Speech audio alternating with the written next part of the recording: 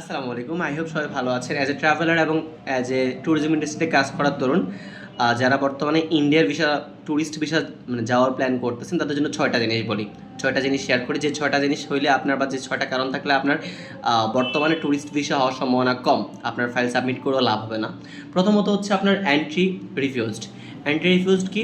Entry refused হচ্ছে যে আপনি কোনো কারণে আগে ইন্ডিয়া একবার যাওয়ার ট্রাই করেছেন, কোনো কারণে ডকুমেন্টেশন প্রবলেম বা অন্যান্য আদার্স ইস্যুর কারণে আপনাকে আগে একবার ইমিগ্রেশন পাসপোর্টের মধ্যে অ্যান্টি রিফিউজ সিল দিয়ে দিয়েছে। দ্যাটস ওয়াই হচ্ছে অ্যান্টি রিফিউজ হলে আপনি সেকেন্ড টাইম আর ভিসা পাবেন না, শিওর থাকেন। সেকেন্ডলি হচ্ছে ভিসা রুল ভায়োলেশন।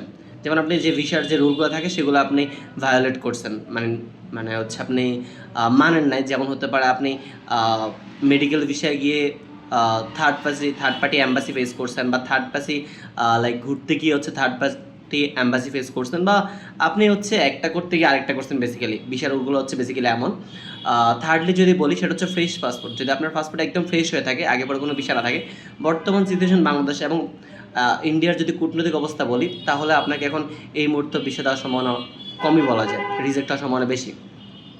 ফোর্থ যদি বলি লস্ট পাসপোর্ট ইস্যুস।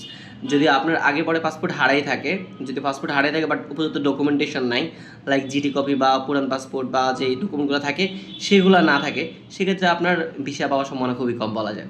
আর একটা যদি বলি পাসপোর্ট কারেকশন বলতে কি, যদি আমাদের পাসপোর্টে তো ভুল কম বেশি সবারই থাকে, যাই হোক যদি মেজর ভুল থাকে, লাইক বাবার নাম পুরো চেঞ্জ করে লাইছেন বা মায়ের নাম পুরো চেঞ্জ করে লাইছেন, এরকম টাইপের কোনো ইস্যু থাকে, তাহলে সেক্ষেত্রে আপনার ভিসা পাওয়ার সম্ভাবনা খুব কম বলা যায়। ৬ নম্বর এবং লাস্টলি যেটা বলতে হয় সেটা হচ্ছে ওভার স্টে। সাপোজ আপনি আগে ইন্ডিয়াতে ঘুরতে গিয়েছেন কোনো কারণে, ঘুরতে গিয়ে দেন আপনি ৩ মাসের জায়গায় ৪ মাস ছিলেন, বা ৩ মাস ৫ দিন ছিলেন, ১০ দিন ছিলেন, মানে আপনি যে টাইম লিমিটেশন দেওয়া আছে সেটার ওভার থেকেছেন, সেক্ষেত্রে আপনার সেটাকে বলা হয় ওভার স্টে। আর ওভার স্টে করলে তাহলে মোট ৬টা জিনিস।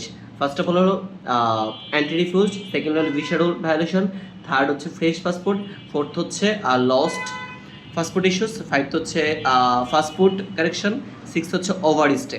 তো এই ৬টা জিনিস করলে মানে করা থাকলে আপনার বা করলে আপনার ইন্ডিয়ার ট্যুরিস্ট ভিসা বর্তমানে পাওয়াটা খুবই ডিফিকাল্ট, এবং এই ৬টা জিনিস করে থাকলে আপনার ভিসা পাওয়ার সম্ভাবনা খুবই কম। সো সবাই এই জিনিসগুলো খেয়াল রেখেই ইন্ডিয়ার ট্যুরিস্ট ভিসার জন্য আবেদন করবেন আর কি।